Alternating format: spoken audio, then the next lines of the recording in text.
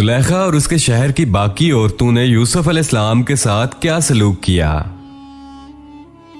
عزیز مصر نے اپنی بیوی کو سچا ثابت کرنے کے لیے کیا کیا؟ یوسف علیہ السلام نے قیدیوں کے خواب کی کیا تعبیر بتائی؟ مصر کے بادشاہ نے کیا خواب دیکھا؟ یہ اور اس طرح کے تمام سوالات کے جوابات جاننے کے لیے ہماری آج کی ویڈیو کو مکمل دیکھیں، ہمارے چینل دا لیڈنگ لائٹس کو سبسکرائب کریں اور ساتھ ہی موجود بیل آئیکن کو کلک کریں تاکہ ہماری آنے والی تمام ویڈیوز آپ تک بروقت پہنچ سکیں۔ ناظرین محترم، جیسا کہ ہم آپ کو قصہ یوسف علیہ السلام کے دوسرے حصہ میں بتا چکے ہیں کہ جب زلیخا نے اپنے شہر کی عورتوں کے طرح طرح کے تانے سننے کے بعد انہیں اپنے گھر دعوت پر بلایا اور ان کے سامنے پھل اور ایک ایک چھری رکھوا دی اور پھر یوسف علیہ السلام کو ان کے سامنے بلایا، تو شہر کی عورتیں جو کہ زلیخا کو تانے دیتی تھیں کہ وہ اپنے غلام کے عشق میں مبتلا ہو گئی ہے، وہ یوسف علیہ السلام کے حسن میں ایسے مدہوش ہوئیں کہ انہیں یہ ہوش نہ رہا کہ وہ پھل کی جگہ اپنے ہاتھ کاٹ رہی ہیں اور بے اختیار کہہ اٹھیں کہ یہ کوئی انسان نہیں ہے بلکہ کوئی بزرگ فرشتہ ہے، اللہ کی قسم ایسا حسن ہم نے انسانوں میں نہیں دیکھا۔ تب پھر زلیخا نے انہیں کہا کہ تم اس کے بارے میں مجھے تانے دیتی تھی۔ وہ عورتیں بولیں کہ تم بالکل حق پر تھی، اسے دیکھ کر ہم سب اس کے عشق میں گرفتار ہو گئے ہیں، تم تو اس کے ساتھ رہتی ہو، تمہارا حال تو ہم سے کہیں زیادہ برا ہوگا۔ یہ کہہ کے وہ سب عورتیں یوسف علیہ السلام کی طرف بھاگیں کہ انہیں پکڑ سکیں۔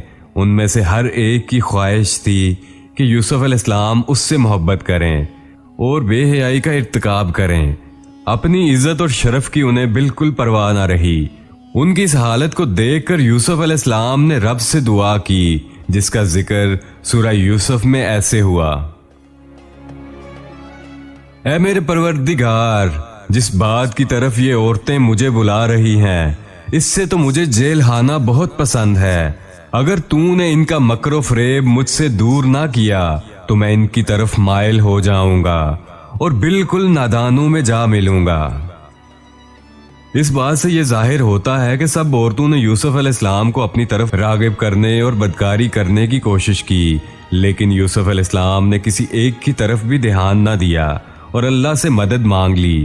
اللہ تعالیٰ نے ان عورتوں کے فریب سے یوسف علیہ السلام کو بچا لیا اور عورتوں کی چال کو ناکام بنا دیا۔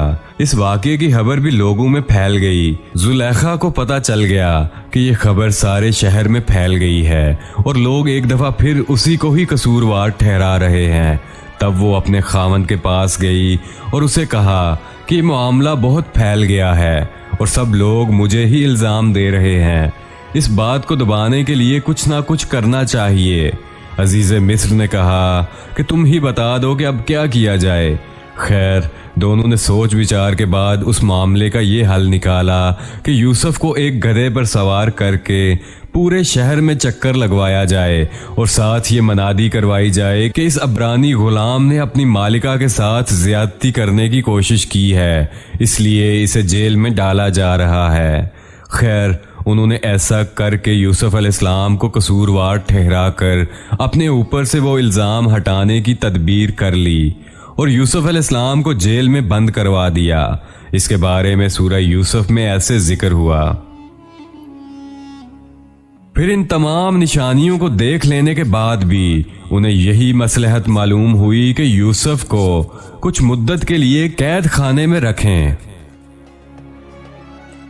خیر، یوسف علیہ السلام کو قید خانے میں بھیج دیا گیا۔ ان کے ساتھ تب وہاں دو اور نوجوان بھی قید خانے میں بھیجے گئے۔ جب کچھ دن گزرے تو ان نوجوانوں کو یہ معلوم ہو گیا کہ یوسف علیہ السلام بے قصور ہیں اور ایک نیک سیرت انسان اور عبادت گزار نوجوان ہیں۔ ہوا کچھ یوں کہ ایک رات ان دونوں نوجوانوں نے خواب دیکھے۔ صبح ہوئی تو انہوں نے اپنے خواب کا ذکر یوسف علیہ السلام کے ساتھ کیا۔ اس کے بارے میں سورہ یوسف میں ایسے ذکر ہوا: اس کے ساتھ ہی دو اور جوان بھی جیل خانے میں داخل ہوئے۔ ان میں سے ایک نے کہا کہ میں نے خواب میں اپنے آپ کو شراب نچوڑتے دیکھا ہے، اور دوسرے نے کہا کہ میں نے اپنے آپ کو دیکھا ہے کہ اپنے سر پر روٹی اٹھائے ہوئے ہوں جسے پرندے کھا رہے ہیں، اور ہمیں آپ اس کی تعبیر بتائیے، ہمیں تو آپ خوبیوں والے شخص دکھائی دیتے ہیں۔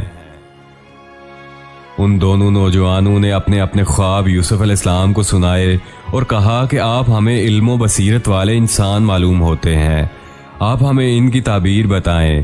آپ نے ان کے خواب سنے اور کہا کہ میں ان کی تعبیر تمہیں تمہارے پاس کھانا پہنچنے سے پہلے بتا دوں گا۔ اس کا ذکر سورہ یوسف میں ایسے ہوا۔ یوسف نے کہا، تمہیں جو کھانا دیا جاتا ہے اس کے تمہارے پاس پہنچنے سے پہلے ہی میں تمہیں اس کی تعبیر بتا دوں گا۔ یہ سب اس علم کی بدولت ہے جو مجھے میرے رب نے سکھایا ہے۔ میں نے ان لوگوں کا مذہب چھوڑ دیا جو اللہ پر ایمان نہیں رکھتے اور آخرت کے بھی منکر ہیں۔ میں اپنے باپ دادوں کے دین کا پابند ہوں، یعنی ابراہیم، اسحاق اور یعقوب کے دین کا۔ ہمیں ہرگز یہ سزاوار نہیں کہ ہم اللہ کے ساتھ کسی کو بھی شریک کریں۔ ہم پر اور تمام اور لوگوں پر اللہ کا یہ خاص فضل ہے، لیکن اکثر لوگ ناشکری کرتے ہیں۔ ایسے آپ علیہ السلام نے قید خانے میں اپنی دعوت تبلیغ شروع کر دی۔ آپ نے ان دونوں نوجوانوں کو سب سے پہلے اپنا تعارف کروایا، پھر ابراہیم علیہ السلام اور یعقوب علیہ السلام کے بارے میں بتایا کہ ابراہیم علیہ السلام میرے پردادا ہیں اور اسحاق علیہ السلام میرے دادا ہیں، اور میں یعقوب علیہ السلام کا بیٹا ہوں۔ ایسا آپ نے اس لیے کیا کہ اس زمانے کے لوگ ابراہیم علیہ السلام کو مانتے تھے۔ ابراہیم علیہ السلام معروف اور جانے پہچانے تھے، اس لیے آپ نے انہیں بتایا کہ میں دین ابراہیمی کا پیروکار ہوں۔ ہم خدا تعالیٰ کے سوا کسی کو بھی اپنا خالق و مالک نہیں مانتے، اور آپ نے انہیں یہ بھی بتایا کہ مجھے یہ علم اسی رب کائنات کی طرف سے عطا ہوا ہے۔ ایسے آپ علیہ السلام نے انہیں اپنے دین کے بارے میں بتانے کے بعد جو کچھ کہا اس کا ذکر سورہ یوسف میں ایسے ہوا۔ اے میرے قید کے ساتھیوں، کیا بھلا کئی جدا جدا پروردگار بہتر ہیں یا ایک اللہ زبردست طاقتور؟ اس کے سوا تم جن کی پوجا پاٹ کر رہے ہو وہ سب نام ہی نام ہے جو تم نے اور تمہارے باپ دادوں نے خود ہی گڑھ لیے ہیں۔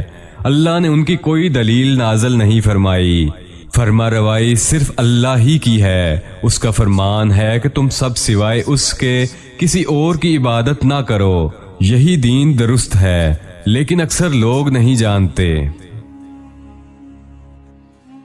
ایسے قیدیوں کو ایک اللہ کی عبادت کی دعوت دینے کے بعد آپ علیہ السلام نے انہیں ان کے خواب کی تعبیر بتائی، جس کا ذکر سورہ یوسف میں ایسے ہوا۔ اے میرے قید خانے کے رفیقو، تم دونوں میں سے ایک تو اپنے بادشاہ کو شراب پلانے پر مقرر ہو جائے گا، لیکن دوسرا سولی دیا جائے گا اور پرندے اس کا سر نوچ نوچ کر کھائیں گے۔ تم دونوں جس کام کے بارے میں تحقیق کر رہے تھے اس کا فیصلہ کر دیا گیا۔ آپ علیہ السلام سے اپنے خوابوں کی تعبیر سن کے ایک جس نے شراب نچوڑنے والا خواب دیکھا تھا خوش ہو گیا، جبکہ دوسرا جسے آپ نے بتایا کہ تو سولی چڑھا دیا جائے گا کہنے لگا کہ میں نے تو یہ خواب دیکھا ہی نہیں۔ اس سے آپ علیہ السلام نے فرمایا کہ یہ اللہ کا فیصلہ ہے جو کہ اب بدلا نہیں جا سکتا۔ دوسرے کو آپ نے کہا کہ جب تو اپنے بادشاہ کے پاس جائے تو اس سے میرا ذکر کرنا۔ خیر کچھ دن گزرے تو جیل میں جیل کے محافظ آئے، اور جس قیدی کے بارے میں آپ نے اسے بتایا تھا کہ اسے سولی چڑھا دیا جائے گا اسے اپنے ساتھ لے گئے، اور بالکل ویسے ہی جیسے آپ نے بتایا تھا اس کے سر پر پرندے اکٹھے ہو گئے اور اسے نوچ نوچ کر کھاتے رہے۔ پھر ایسے کچھ اور دن گزرے تو دوسرے قیدی کو رہائی مل گئی، اور وہ بھی خواب کی تعبیر کے مطابق بادشاہ کے دربار میں پہنچ گیا اور اسے شراب پلانے پر مقرر ہو گیا۔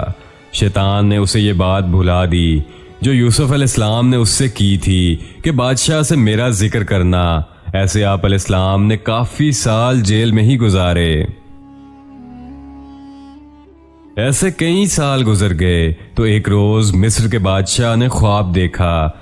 جب وہ صبح اپنے دربار میں پہنچا تو اس نے اپنے وزیروں اور مشیروں کو اپنا خواب سنایا کہ اس نے دیکھا ہے کہ 7 موٹی تازی گائے ہیں جن کو 7 دبلی پتلی اور لاغر گائے کھا رہی ہیں، اور گندم کے 7 ہرے ہرے گوشے ہیں اور ان کے ساتھ 7 بالکل خشک گوشے ہیں۔ اس خواب نے بادشاہ کو پریشان کر دیا۔ اس نے اپنے درباریوں سے کہا، مجھے اس کی تعبیر بتاؤ اگر تم بتا سکتے ہو۔ انہوں نے جواب دیا کہ یہ پریشان کن خواب ہے، اس کی تعبیر ہم نہیں بتا سکتے۔ اس وقت دربار میں وہ قیدی بھی موجود تھا جسے آپ علیہ السلام نے خواب کی تعبیر بتائی تھی کہ تم بادشاہ کو شراب پلاؤ گے۔ جب درباریوں نے کہا کہ اس خواب کی تعبیر ہم نہیں بتا سکتے تو اس قیدی کو یاد آیا کہ بہت سال پہلے اسے یوسف علیہ السلام نے خواب کی تعبیر بتائی تھی، اور اسے یہ بھی یاد آ گیا انہوں نے تو اسے کہا تھا کہ وہ ان کا ذکر بادشاہ سے کرے۔ وہ چونک اٹھا اور فوراً بادشاہ کو اپنا قصہ سنا دیا کہ کیسے اس نے خواب دیکھا اور اس کی تعبیر جیل میں موجود ایک قیدی نے اسے بتائی۔ کچھ ہی دنوں میں اس بتائی گئی تعبیر کے مطابق حالات پیش آئے اور وہ ابھی یہاں دربار میں موجود ہے۔ اس نے بادشاہ کو کہا کہ مجھے جانے کی اجازت دیں، آپ کے خواب کی تعبیر بھی صرف یوسف ہی بتا سکتا ہے۔ بادشاہ نے اسے اسی وقت قید خانے کی طرف روانہ کر دیا۔ قید خانہ شہر سے باہر تھا۔ جب وہ ادھر پہنچا اور یوسف علیہ السلام سے ملا تو انہیں کہنے لگا کہ اے یوسف، اے بہت بڑے سچے، میں آپ سے شرمندہ ہوں کہ اتنا عرصہ گزر گیا، مجھے آپ کی بات یاد نہیں رہی۔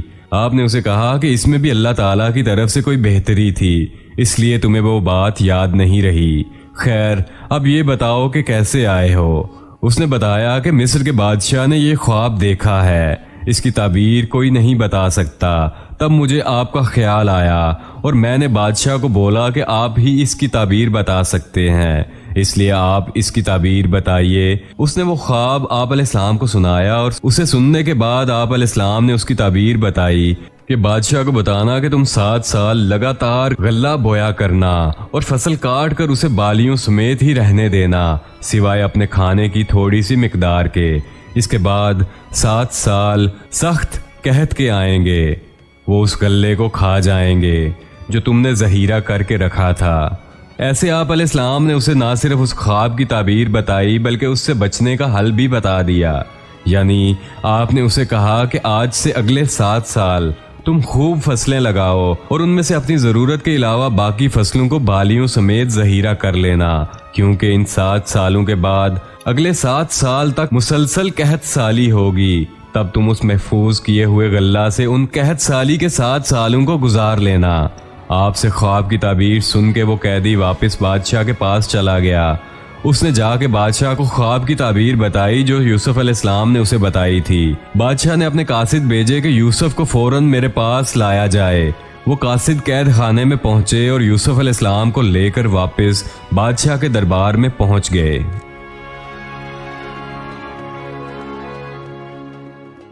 ناظرین، یہاں ہمارے سلسلہ دا لیڈنگ لائٹس کے قصہ یوسف علیہ السلام کا تیسرا حصہ مکمل ہوا۔ اس میں موجود تمام واقعات قرآن پاک، احادیث نبوی اور مستند کتابوں کا مجموعہ ہے۔ مصر کے بادشاہ نے یوسف علیہ السلام کو اپنے دربار میں بلانے کے بعد کیا کیا اور آپ علیہ السلام کی زندگی کے باقی حالات کے بارے میں جاننے کے لیے آپ کو ہماری اگلی ویڈیو تک انتظار کرنا ہوگا۔ جانے سے پہلے ہماری آج کی ویڈیو کو لائک کریں، ہمارے چینل دا لیڈنگ لائٹس کو سبسکرائب کریں اور ساتھ ہی موجود بیل آئیکن کو کلک کریں تاکہ ہماری آنے والی تمام ویڈیوز آپ تک بروقت پہنچ سکیں۔ شکریہ۔